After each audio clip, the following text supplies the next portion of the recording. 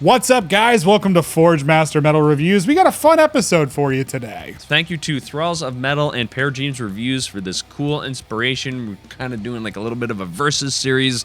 We wanted to know what you thought, and you left us a whole bunch of comments. We're going to get through some of them today. Yeah, we sure are. And by the way, check out their channels. They'll be in the description down below. They are fantastic creators. Let's start off with Necrotic Nik. Thank you, Necrotic Nik. Immolation versus Incantation. He says it's always tough for him. Let's hash it out. These are two unique bands, similar names, similar genres. Where do you stand on them? I'm going to go for Immolation. Okay. Yeah, just because of one album in particular, which is Unholy Cult. That's like literally the only reason why I would choose between the two. Yeah. Incantation, though, is such a phenomenal old school death metal band that has kind of their own little niche sound in a lot of ways. Yeah. What do you think? Incantation's like my gut choice, but I think like if I was to take a step back and look at like the discography as a whole, I think Immolation would be like the material that's stronger. Yeah, they put out Atonement in 2017, and that album was absolutely fantastic, especially for like a modern death metal record from an old school death metal band. Right. You know, but Unholy Cult will just always have a place in my heart. That's one of my absolute favorites. Are we agreeing that Immolation is the winner? Let's do that. Yeah. All right, winner, Immolation. All right, let's go with the Professor, Benjamin Lowenkron. He left us a bunch here, and he said that he wanted to avoid the super obvious ones like Megadeth versus Metallica. So, do you want to just go? Let's just go down the list, man. You made fire it. This was tough. I know, it was tough. Tears for Fears versus Depeche Mode. I think I'm just right off the bat, Tears for Fears is going to win for me just because I think they're a little bit edgier, and I just like that about them. Yeah, Tears for Fears is a little more on the sad side, in my opinion, and less on the dance side. You know, obviously they have their poppier tunes, but I mean, they're just one of my favorite bands to listen to. I love throwing on their old school discography. However, Depeche Mode has Violator in their discography, and that is one of the best. I don't even know what to call it. Like, it's kind of synth wave-ish before synth wave was the thing, but with vocals on it. It was ahead of its time. It's like very goth, you know, very goth toned. I wouldn't call it goth rock, but it's like goth synth kind of stuff. I love that album, but I've definitely listened to Tears for Fears a lot more. So I'll go with that. Okay. Pearl Jam in Stone Temple Pilots. I'm going to go with Stone Temple Pilots, but just barely. I think Eddie Vedder is fucking like an annoying singer. The band behind him, though, is insane. I think that's why I really love like the super groups from that era, like Temple of the Dog and Mad Season, where it's like the best members of like Pearl Jam and Soundgarden and shit like that. STP Core, that album is nuts. I just love that for an alternative metal album. I'm just gonna go with Stone Temple Pilots. Yeah. I totally agree with you here. The only reason why I can't pick Pearl Jam is I cannot stand Eddie Vedder. So I don't know. I think he's wildly overrated. It doesn't get Eddie Vedder than that. So we have the three careers of Dark Throne. We got early Dark Throne, mid-career, and then contemporary. Growing up, I didn't like listen to them a lot, so I can't say like connect with a particular era. I love the last album. I thought Eternal Hails was fucking awesome, so I think I'm just gonna say contemporary, just because I think that's what I connect with the most. I don't really think there's a wrong answer here. I mean, the heart of Dark Throne has always been resistance, always been going against the grain. And when they first started, they were like, fuck death metal, I want to do something that's not hyper polished. And they've always been that way. And nowadays, when we just got Eternal Hails, it's almost like a black metal Sabbath record in a lot of ways, which it was really cool. But I will always be partial to early Dark Throne. I mean, A Blaze of the Northern Sky is one of the best fucking albums like ever in black metal. So early Dark Throne for me.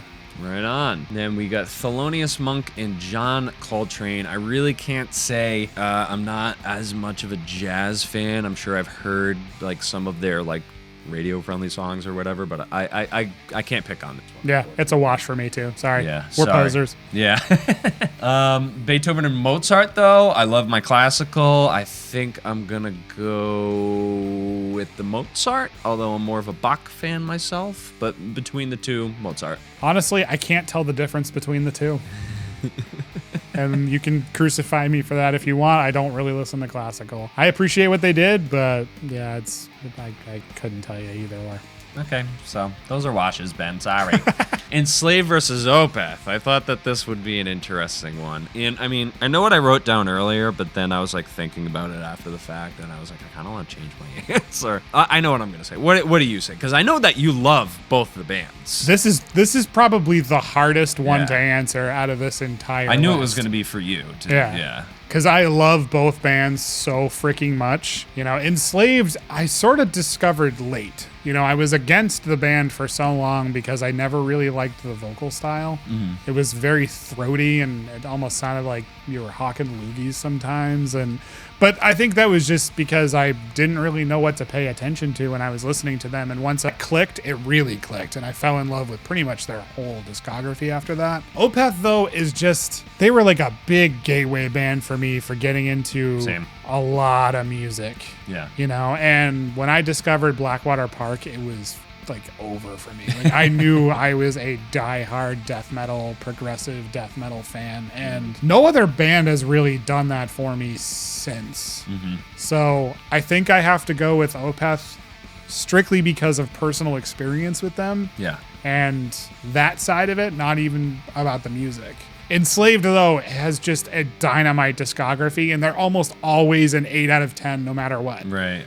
Opeth has some duds. Yes, that was kind of my original thought going into it, was like, overall, the Enslaved discography is insane. Yeah. Whereas Opeth's discography kind of starts really, really strong and then kind of gets way more niche. And like, you really have to like be a fan of the particular subgenres that they're doing to get it. So... tough one, Ben. You really got us on the ropes for this one, man. What the fuck? Between the two, I'm gonna go with Opeth. Yeah. I'm with you. Yeah. But I mean, strong picks here. Yeah. And then we got Opeth versus Tool. That's not a challenge for us at all. I don't Not think. a Tool fan. Tool is fine, but like I've never like got more into them than like the radio hits. Not for nothing, you know. I just even that. I appreciate Tool, but honestly, the fans kind of ruined the band for me. Shots fired. So I don't disagree though. Yeah. Yuri! Is it done, Yuri? Our friend Yuri has us going with a couple bands that came out swinging in the last 2 years. They released some great albums. We got Ioten, who last year came out with Across All Worlds. As many of you know, fucking great record, very loved here at Forgemaster Metal Reviews. And then we got Vola, who a couple of years ago came out with Witness, which was also on our radar, very critically acclaimed. Both albums are pretty different. They are, yeah. So the verses here is interesting for you to pick that because it's hard to put them in the same camp, at least for me. Vola is like very, very dark, almost like headspacey. You know, there's electronic elements and things like that, which I mean, I loved that album. It was one of my favorites when it came out. But Ioten was like, I mean, it hit so many top lists for me. Yeah. I have to give the edge to Ioten, I think. Same. I'm going to give it to Ioten just because I think I would want to listen to their music more than Vola's. Yeah. More or less. Vola's fucking awesome. Yeah, they are. They're really good. Dordata versus the Catafalque. I thought this was a cool one. Yeah. Really, really cool. The Catafalque had Vidocq last year, which was fucking insane. And Dordata had Har, which was also fucking insane. I don't know if I can pick one, man. All right. I think that Catafalque is going to win the long game. Yes. Overall, when both of their, when that Catafalque and Dordata hang it up, I think that Catafalque is going to have a more solid discography. Yeah, thy Catafalque will have a high catalog. Yeah. Just look at thy Catafalque's discography already and the frequency of how they release them. There's not much time between them. Yeah. And they're like ridiculous. Right, yeah. So, I mean, I know you're coming off the heels of Nagura Bunget with Dordata, and there's some heavy hitters in that camp, but I think it's too early to tell. I think both bands are phenomenal. I've listened to a lot more of thy Catafalque. Yeah, and I think that Catafalque has much more of a head start at this point. So I'm gonna go with thy Catafalque. Same. And here's another one that kind of gave me a little bit anxiety. Blind Guardian versus Halloween. I mean... This is easy for me. Is it easy? Yeah. Halloween has Keeper of the Seven Keys, which is, like one of the greatest friggin' metal albums ever written of all time. Yeah. And I understand we would not have Blind Guardian without Halloween. I get that.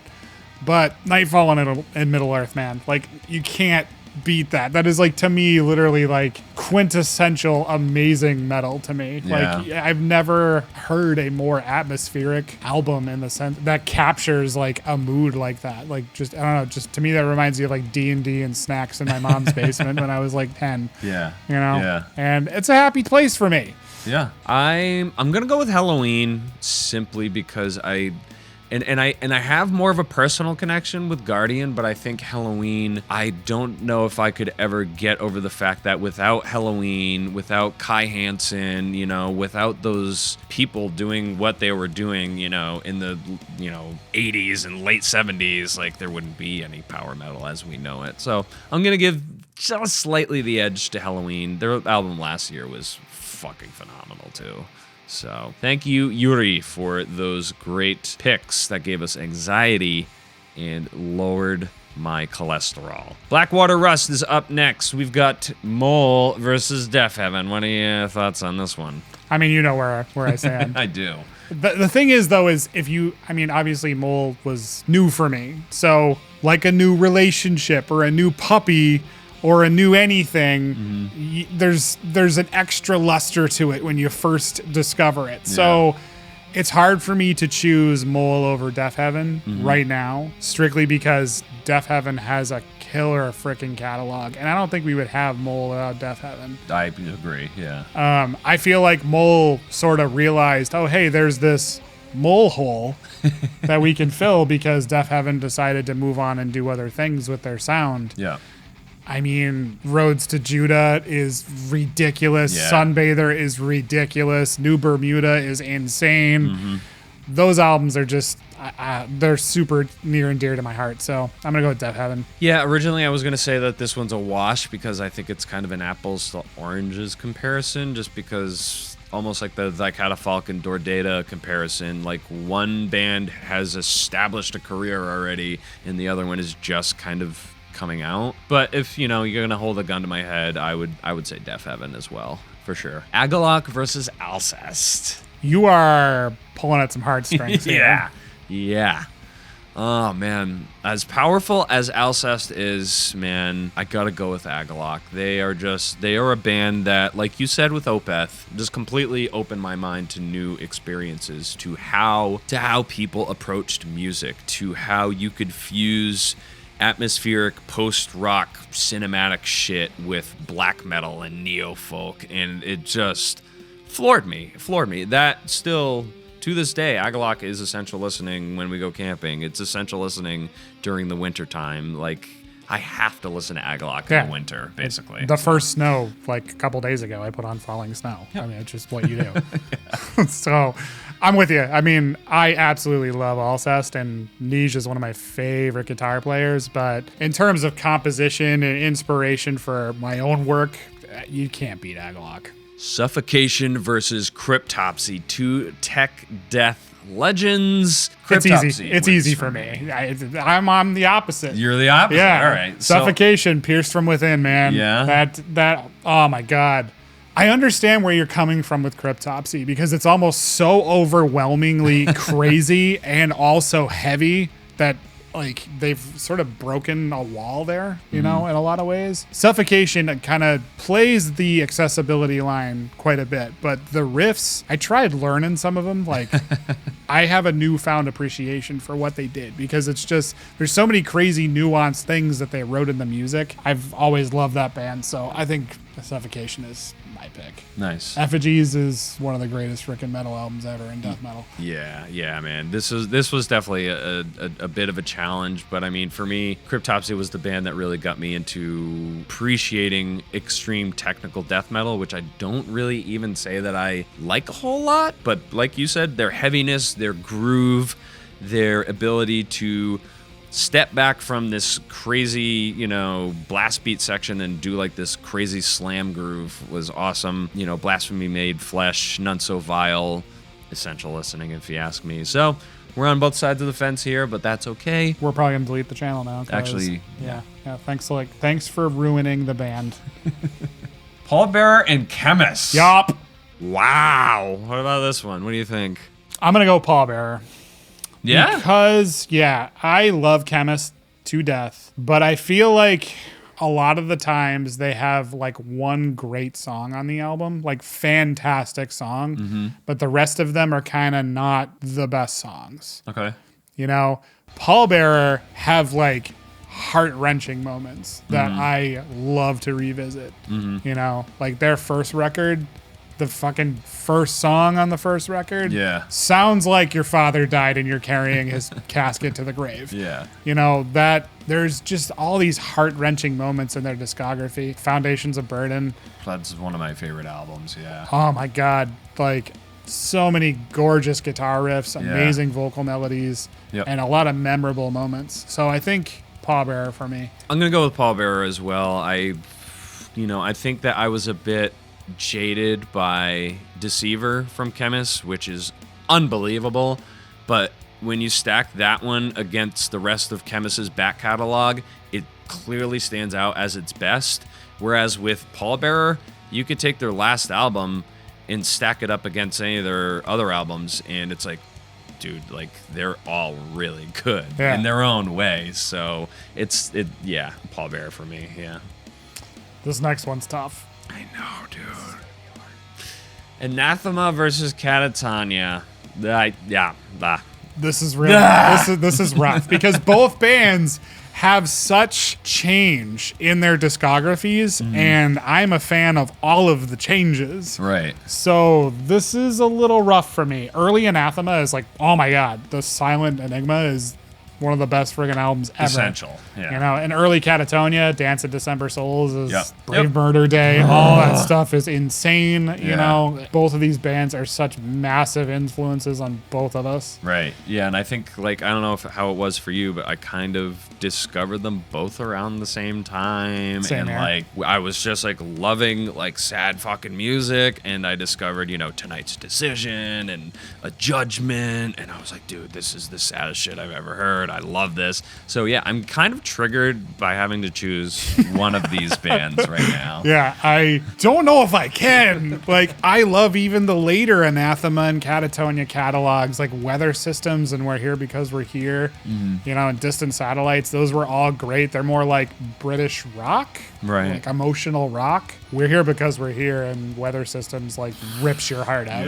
Yeah. And Catatonia, same thing. I mean, it's like super heavy, progressive, but very vibey and emotional. And I mean, Dead End Kings was one of my favorite albums. I loved those records. So I'm going to go by emotional impact. And if I go by emotional impact, Anathema wins. And the reason why is because I've never been to a concert that made me cry more than Anathema. And that's when we saw them with fucking Alcest. That show was unbelievable. And they played all of Weather Systems and all of We're Here Because, a lot of We're Here Because We're Here, and I was a mess. That was a spiritual experience for sure. Yeah. I would go with Anathema, and not to say that I don't like it, but I don't hold modern contemporary Catatonia in the same regard as I do like their early and mid-era stuff. But I mean, really, man, like Anathema in 2022 and Catatonia in 2022, I'm going with Anathema, and I just love them. Blood Incantation versus Tomb. I was going to throw this one over to you because I know you have strong feelings about both of these bands. I really don't, so take it away. This is a little hard for me. So I feel like for some reason, I don't know why, this genre sort of came out super hot. Everybody loved it. And there was a ton of copycat bands, but I haven't heard a lot of cavernous death metal as of late. Yeah, it's like it took a couple of years off, So, I mean, I'm interested to see what happens here. In terms of like forward trajectory, I think Blood Incantation's going to take it just because I think they're going to continue to make records. I think Tomb Mold's done what they're interested in doing. Okay. So you think they were just kind of a flash in the pan? Yeah. I mean, they put out 3 releases, and they did it like rapid fire. So there's only so many albums you can write about Bloodborne lore. I think Blood Incantation's going to win it, but I do love the Tomb Mold albums more. Could change in the future, but I'm going to go Tomb Mold. Right on. After that, this is an interesting one. Carcass and Exhumed. Easy for me, but Yeah? you go for it. All right, fine. I think that these are interesting choices just because they're not really doing what they were doing. Like, Yeah. at least Carcass is not a grindcore band anymore. You know, Torn Arteries is, you know, you can't really stack that up against, you know, Reek of Putrefaction or anything like that. It's its own thing. I think I would go with Carcass just right off the bat, just because I think that they've hit me harder. Like, the first time I heard Heartwork was unbelievable. One of my favorite albums of all time is Swan Song, just because the groove and the melody in that. And Torn Arteries, can't sleep on that, dude. So, Yeah. Carcass. Carcass is, no bullshit. No brainer for Yeah, you? easy. Yeah. I mean, Exhumed was just kind of, I feel like, the copycat band of a lot of stuff. You know, they're great, don't get me wrong. They put out some cool songs, but not a lot of originality there. Yeah, I think Impaled does Exhumed better than Exhumed does. So, and last from our friend here, we got Morbid Angel versus Death.